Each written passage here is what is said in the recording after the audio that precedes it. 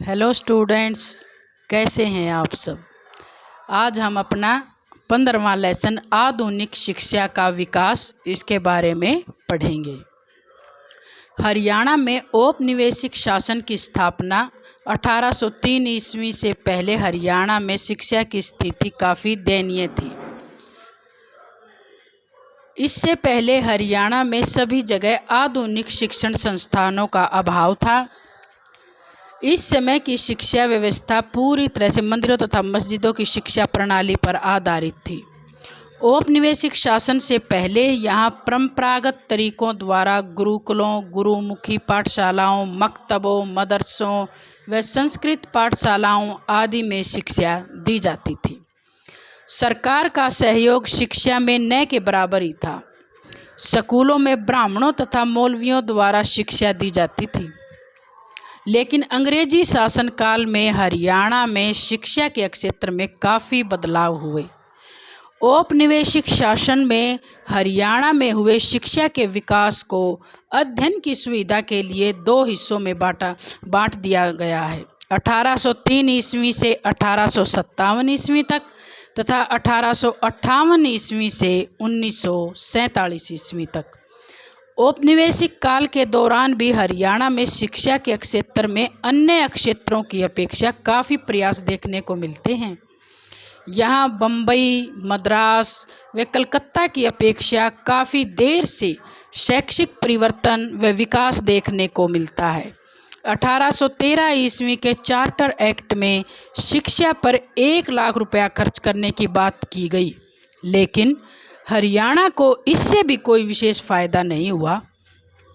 हरियाणा में आधुनिक शिक्षा की शुरुआत सोनीपत जिले से हुई, जहां पर 1816 ईस्वी में किसानों के बच्चों की शिक्षा के लिए 2 स्कूलों की स्थापना की गई थी। कुछ समय बाद हरियाणा में 2 और स्कूलों की स्थापना की गई, लेकिन इनको सरकार की ओर से कोई विशेष आर्थिक सहायता न मिलने के कारण इन्हें 1823 ईस्वी में बंद करना पड़ा।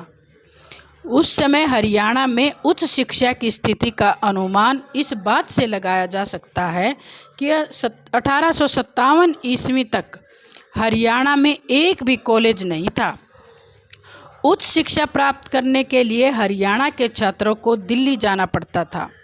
दिल्ली में उच्च शिक्षा प्राप्त करने के लिए 1792 ईस्वी में एक कॉलेज की स्थापना की गई थी। 1857 ईस्वी में एक भी कॉलेज स्थापित नहीं था और 1792 ईस्वी में एक कॉलेज की स्थापना की गई थी। 1854 ईस्वी का वुड डिस्पैच आधुनिक शिक्षा के क्षेत्र में क्रांति सिद्ध हुआ। इसमें भारत में शिक्षा के विकास पर बल देने की बात कही गई। इस योजना के तहत हरियाणा में भी तहसीलदारी, कस्बाई व हल्काबंदी स्वरूप वाले स्कूलों की स्थापना की गई, लेकिन उच्च शिक्षा के क्षेत्र में हरियाणा में स्थिति जस की तस बनी रही। शेष भारत की तरह हरियाणा में भी आधुनिक शिक्षा का दूसरा दौर 1858 ईस्वी से शुरू हुआ, जो 1947 ईस्वी तक लगातार जारी रहा। 1858 ईस्वी में महारानी की घोषणा के तहत काफ़ी प्रशासनिक व राजनीतिक परिवर्तन भारत में हुए। कंपनी शासन को भंग कर दिया गया तथा भारत को सीधे ब्रिटिश संसदीय शासन के अंतर्गत ले लिया गया। हरियाणा को पंजाब के साथ मिला दिया गया। इससे पहले हरियाणा उत्तर पश्चिमी प्रांत का हिस्सा हुआ करता था। गाँव में शिक्षा का प्रसार प्रचार करने के लिए जमींदारी तथा देहाती स्कूलों की स्थापना की गई। इस योजना के तहत हरियाणा में 1886 ईस्वी में जमींदारी स्कूल तथा 1908 ईस्वी में देहाती स्कूल स्थापित किए गए। पंजाब सरकार ने एक कदम आगे बढ़ाते हुए 1919 ईस्वी में प्राथमिक शिक्षा को निःशुल्क व अनिवार्य घोषित कर दिया। 1922 ईस्वी में इस योजना को हरियाणा क्षेत्र पर भी लागू कर दिया गया, जिसकी शुरुआत रोहतक से हुई। यूनियनिस्ट पार्टी की सरकार ने अपनी जिम्मेदारी को संभालते हुए हरियाणा ग्रामीण शिक्षा की ओर विशेष ध्यान दिया। इसके कार्यकाल में हरियाणा के प्राथमिक स्कूलों की संख्या 1498 तक पहुंच गई थी। सरकार की कोशिशों के अलावा सामाजिक संस्थाओं ने भी हरियाणा में शिक्षा के विकास में बहुमूल्य योगदान दिया। इसमें आर्य समाज की भूमिका विशेष रूप से उल्लेखनीय रही। लेकिन अब भी हरियाणा उच्च शिक्षा की दृष्टि से एक पिछड़ा प्रदेश ही था। हरियाणा में पहला इंटरमीडिएट कॉलेज की स्थापना 1927 ईस्वी में रोहतक में हुई। बीए तक की शिक्षा प्राप्त करने के लिए 1938 ईस्वी तक हरियाणा में केवल एक कॉलेज S.A. जैन अम्बाला में था। भारत की स्वतंत्रता अर्थात 1947 ईस्वी तक हरियाणा में कुल कॉलेजों की संख्या केवल 6 थी। ये कॉलेज भी शहरों में स्थापित थे, जिनके कारण ग्रामीण जनता तक उच्च शिक्षा की पहुंच अब तक भी नहीं हुई थी। इसके अलावा गरीब छात्रों के लिए इनमें शिक्षा प्राप्त करना आसान नहीं था, क्योंकि इन कॉलेजों की फीस काफ़ी ज़्यादा थी। इसके साथ रहन सहन जो हॉस्टल सुविधा का खर्चा उठाना भी ग्रामीण छात्रों के लिए आसान नहीं था। लेकिन फिर भी हम यह कह सकते हैं कि औपनिवेशिक कालीन शिक्षा ने अन्य भारतीयों की तरह हरियाणा वासियों में राजनीतिक चेतना को जागृत करने में अहम योगदान दिया था। अंग्रेजों से पहले हरियाणा में शिक्षा की स्थिति। हरियाणा में आधुनिक शिक्षा की शुरुआत अंग्रेजी शासन के आरंभ से मानी जाती है। इसीलिए ज़रूरी है कि हम अंग्रेज़ों के भारत आने से पहले की शिक्षा पद्धति व स्वरूप को जान सकें। अंग्रेज़ों के आने के समय भारत में देशी शिक्षा पद्धति के अंतर्गत प्राथमिक व उच्च शिक्षा का प्रबंध था, जो प्राचीन परंपराओं पर आधारित थी। 19वीं सदी में 2 प्रकार की शिक्षा प्रणालियाँ प्रचलित थी, धर्म शिक्षा व प्राथमिक शिक्षा। धार्मिक शिक्षा देने की जिम्मेदारी मंदिरों तथा मदरसों को प्राप्त थी। इसी तरह की शिक्षण संस्थाएं शासकों, उच्च अधिकारियों व धार्मिक प्रवृत्ति के नागरिकों की सहायता से चलाई जाती थी। शिक्षा देने वाले शिक्षकों को किसी तरह का नियमित वेतन नहीं दिया जाता था। वे उच्च अधिकारियों या शासक द्वारा दिए जाने वाले उपहारों से ही अपनी आजीविका चलाते थे। कुछ धनवान व दानशील लोग उन्हें दान के रूप में भोजन, वस्त्र व अन्य आवश्यक वस्तुएं दे देते थे। मंदिरों तथा मस्जिदों में पढ़ने वाले छात्रों को निःशुल्क दी जाती थी। इसके साथ उन्हें मुफ्त भोजन, वस्त्र तथा रहन सहन की सुविधा भी दी जाती थी। उस समय की सरकारें इन शिक्षण संस्थाओं में किसी प्रकार का कोई हस्तक्षेप नहीं करती थी। शिक्षा का स्वरूप मुख्यतः मौखिक, यानी कि शिक्षा का कोई निश्चित पाठ्यक्रम या पुस्तकें नहीं होती थी। इस तरह की शिक्षा का मुख्य उद्देश्य नैतिक मूल्यों को मजबूत बनाना होता था। इस तरह की शिक्षण संस्थाओं में शिक्षण का माध्यम मुख्य रूप से संस्कृत तथा फारसी भाषा होती थी। प्राथमिक स्वरूप वाली शिक्षण संस्थाओं में आधुनिक भारतीय भाषाओं के विद्यालय एवं फारसी विद्यालय थे। इस तरह की शिक्षा आमतौर पर उच्च वर्ग से संबंध रखने वाले छात्रों को ही दी जाती थी। इसीलिए उस समय इन शिक्षण संस्थाओं की संख्या काफ़ी कम थी। इन शिक्षण संस्थाओं को भी राज्य की ओर से किसी प्रकार की कोई सहायता नहीं प्राप्त होती थी। इस तरह की शिक्षा में मौखिक कार्य, लेखन कार्य, गणित एवं वित्त संबंधी ज्ञान का बोध करवाया जाता था। स्कूलों में न तो निर्धारित कोई पाठ्यक्रम होता था और न ही कोई समय सारणी। छात्र अपने परंपरागत पेशे से जुड़ी शिक्षा को प्राप्त करने की कोशिश करते थे, जैसे किसान का बेटा कृषि संबंधी तथा ब्राह्मण का बेटा शास्त्रों संबंधी शिक्षा प्राप्त करते थे। इस काल में दी जाने वाली शिक्षा मुख्यतः याददाश्त पर निर्भर होती थी। अंग्रेजों ने 1803 ईस्वी में जब हरियाणा प्रदेश पर अपना अधिकार किया, उस समय हरियाणा शिक्षा के क्षेत्र में काफ़ी पिछड़ा हुआ था। यहाँ पर स्कूलों की संख्या नाम मात्र थी। उस समय हिसार, गुड़गांव व रोहतक में कुल हिंदू स्कूलों की संख्या 70 से ज़्यादा नहीं थी। इनमें लगभग 886 छात्र शिक्षा प्राप्त करते थे, लेकिन प्रत्येक स्कूल में एक से ज़्यादा शिक्षक नहीं था। एक ही शिक्षक के हवाले पूरा स्कूल होता था। इसके अलावा इन जिलों में लगभग 27 मुस्लिम स्कूल थे, जहां पर केवल 289 छात्र शिक्षा प्राप्त करते थे। इनमें शिक्षा देने के लिए 24 अध्यापकों की व्यवस्था थी। उच्च शिक्षा के लिए उस समय थानेसर, जुलाना व भिवानी के संस्कृत विद्यालय काफ़ी प्रसिद्ध थे। भिवानी का शेखावटी ब्रह्मचार्य आश्रम आज भी संस्कृत शिक्षा के क्षेत्र में मूल्यवान योगदान दे रहा है। इन विद्यालयों में संस्कृत, व्याकरण, ज्योतिष, साहित्य व दर्शन की शिक्षा मुख्य रूप से दी जाती थी। पहला चरण 1803 ईस्वी से 1857 ईस्वी तक।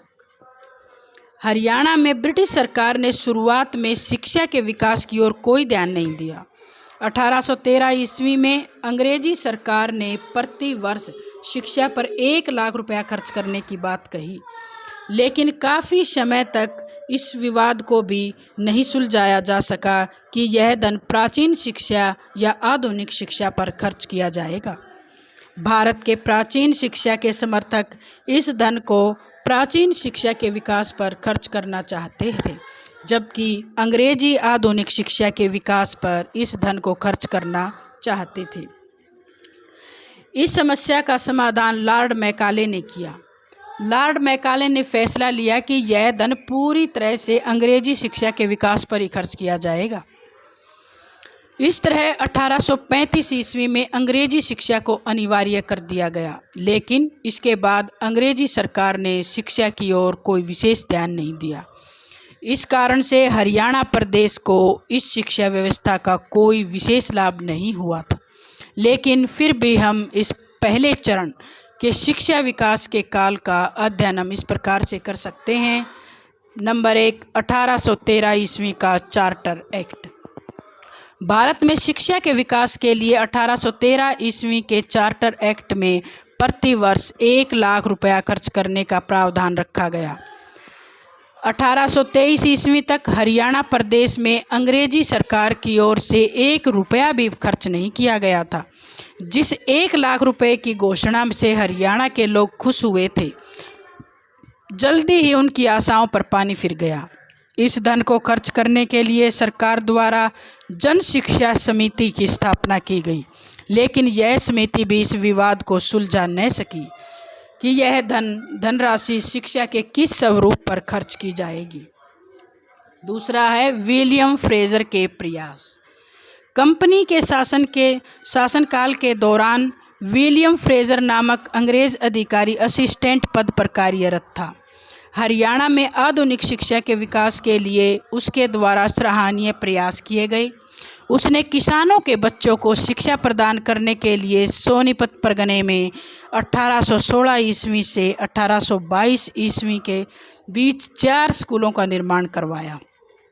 उनके प्रयासों की सार्थकता को इस बात से समझा जा सकता है कि उसने शिक्षा प्राप्त करने वाले बच्चों के लिए 1 रुपया प्रति मास तथा 1 किलो आटा उनके अभिभावकों को प्रोत्साहन के तौर पर देना निश्चित किया था। शायद उसने गरीब बच्चों को स्कूलों तक लाने के लिए इस तरह की कोशिश की, लेकिन वह अपने सभी प्रयासों के बावजूद भी इन स्कूलों को जारी नहीं रख सका तथा मजबूरन उसे इन स्कूलों को बंद करना पड़ा। अगला है जन समिति की स्थापना। 1823 ईस्वी में एक जन शिक्षा समिति की स्थापना की गई थी। इस समिति का मुख्य कार्य सरकारी शिक्षण संस्थाओं पर नियंत्रण रखना तथा वित्तीय संबंधी अनुदान व्यवस्था का निरीक्षण करना था। विलियम फ्रेजर, जो उस समय हरियाणा प्रदेश में एक असिस्टेंट अधिकारी के रूप में अपनी सेवाएं दे रहे थे, उसने इस कमेटी के सामने भी हरियाणा के स्कूलों के लिए अनुदान राशि उपलब्ध करवाने की अपील की थी। उसने कमेटी को लिखे पत्र में लिखा था कि इस समय गरीब बच्चों को शिक्षा देना सरकार का मुख्य ध्येय होना चाहिए तथा यह कार्य बिना अनुदान राशि के संभव नहीं हो सकता। विलियम फ्रेजर की इस मार्मिक अपील को कमेटी द्वारा 29 नवंबर 1823 ईस्वी को नकार दिया गया। शायद ऐसा करने के पीछे सरकारी मंशा काम कर रही थी, क्योंकि सरकार उच्च वर्गों के लोगों को ही यह अनुदान राशि देना चाहती थी। इससे वह उनका समर्थन प्राप्त करना चाहती थी। इसीलिए ग्रामीण शिक्षा की ओर सरकार जानबूझकर ध्यान नहीं दे रही थी। विलियम फ्रेजर को बड़े दुख के साथ हरियाणा में खोले गए स्कूलों को मजबूरन बंद करना पड़ा। अगला है दिल्ली कॉलेज। हरियाणा में उच्च शिक्षा के लिए कोई व्यवस्था नहीं की गई थी। यहाँ के लोगों को मजबूरी में उच्च शिक्षा प्राप्त करने के लिए दिल्ली कॉलेज में जाना पड़ता था। इस कॉलेज की स्थापना 1792 ईस्वी में की गई थी। सही मायनों में यह कॉलेज उच्च शिक्षा के विकास में मील का पत्थर साबित हुआ। डॉक्टर मोहम्मद असलम परवेज़ ने इसमें काम किया था। इस कॉलेज का सारा खर्चा शुरू में अमीर लोग उठाते थे, यानी कि उनसे प्राप्त होने वाली दान राशि से इस कॉलेज को चलाया जाता था। सरकार ने 1823 ईस्वी के बाद इसके लिए सरकारी अनुदान राशि भी उपलब्ध करवानी शुरू कर दी थी। इस कॉलेज में इतिहास, गणित, अरबी, फारसी और इस्लामिक कानूनों की शिक्षा के लिए विशेष प्रबंध किए गए थे। हरियाणा के छात्र काफ़ी संख्या में इस कॉलेज में शिक्षा प्राप्त करने जाते थे, लेकिन वास्तव में हरियाणा में इस तरह के शिक्षण संस्थानों का अभाव के कारण कुछ ही लोग जो संपन्न थे इसमें प्रवेश ले सकते थे। 1830 ईस्वी में कॉलेज में कुल छात्रों की संख्या 164 थी। 1829 ईस्वी में इस कॉलेज में पश्चिमी शिक्षा देने के लिए एक अलग विभाग की भी स्थापना की गई। 1857 ईस्वी के विद्रोह के बाद अंग्रेजी सरकार ने इस कॉलेज को भी बंद कर दिया। अगला है मैकाले का विवरण पत्र। जन शिक्षा समिति के सदस्य यह निर्णय नहीं कर सके कि सरकार द्वारा अनुदानित राशि किस भाषा शिक्षा पर खर्च की जाए, तो अंततः लॉर्ड मैकाले को इस शिक्षा समिति का अध्यक्ष बनाया गया। उसने आधुनिक शिक्षा का समर्थन करते हुए अपने विवरण पत्र में लिखा है कि भारत के प्रशासक और उच्च वर्ग के लोग अंग्रेजी भाषा का प्रयोग करते हैं। अंग्रेजी भाषा भारतीय भाषाओं से श्रेष्ठ है। 1813 ईस्वी में चार्टर एक्ट में लिखित साहित्य शब्द का तात्पर्य अंग्रेजी साहित्य से है, न कि संस्कृत और अरबी साहित्य से। भारतीय भाषाओं में साहित्यिक एवं वैज्ञानिक रूप से महत्वपूर्ण ग्रंथों का अनुदान करना कठिन होता है, जबकि अंग्रेजी शिक्षा द्वारा यह कार्य सरलता से किया जा सकता है। उसने भारतीय शिक्षा को केवल हंसी के लायक माना। अंत में लॉर्ड मैकाले ने लिखा है कि 1813 ईस्वी में चार्टर एक्ट द्वारा निर्धारित अनुदानित राशि का प्रयोग पाश्चात्य शिक्षा के विकास में किया जाएगा, लेकिन हरियाणा के लोगों को इस निर्णय का भी विशेष लाभ प्राप्त नहीं हुआ, क्योंकि अंग्रेजी स्कूलों की स्थापना से इस प्रदेश को काफ़ी समय तक वंचित रखा गया। अगला है चार्ल्स वुड का डिस्पैच। सर चार्ल्स वुड एक अंग्रेजी अधिकारी था। हरियाणा में शिक्षा क्षेत्र में उसने अभूतपूर्व योगदान दिया। उसने आधुनिक शिक्षा की कमियों को दूर करने और प्राचीन शिक्षा को उत्तम बनाने की बहुत कोशिश की। 19 जुलाई 1854 ईस्वी को भारतीय शिक्षा के विकास के लिए उसने एक योजना प्रस्तुत की, जिसे चार्ल्स वुड योजना के नाम से जाना जाता है। इसे भारतीय शिक्षा का मैग्ना कार्टा भी कहा जाता है। कुछ शिक्षाविद इसे सुनहरे दिनों की शुरुआत की संज्ञा भी देते हैं। इस योजना के तहत उच्च शिक्षा के लिए अंग्रेजी भाषा को उपयुक्त माना गया था। उच्च शिक्षा के तहत कला, विज्ञान और साहित्य को रखा गया, जिसका माध्यम अंग्रेजी भाषा को बनाया गया। माध्यमिक स्तर पर शिक्षा का माध्यम भारतीय भाषाओं को बनाया गया। प्रत्येक गांव में प्राथमिक शिक्षा व्यवस्था का प्रावधान सुनिश्चित करने को कहा गया।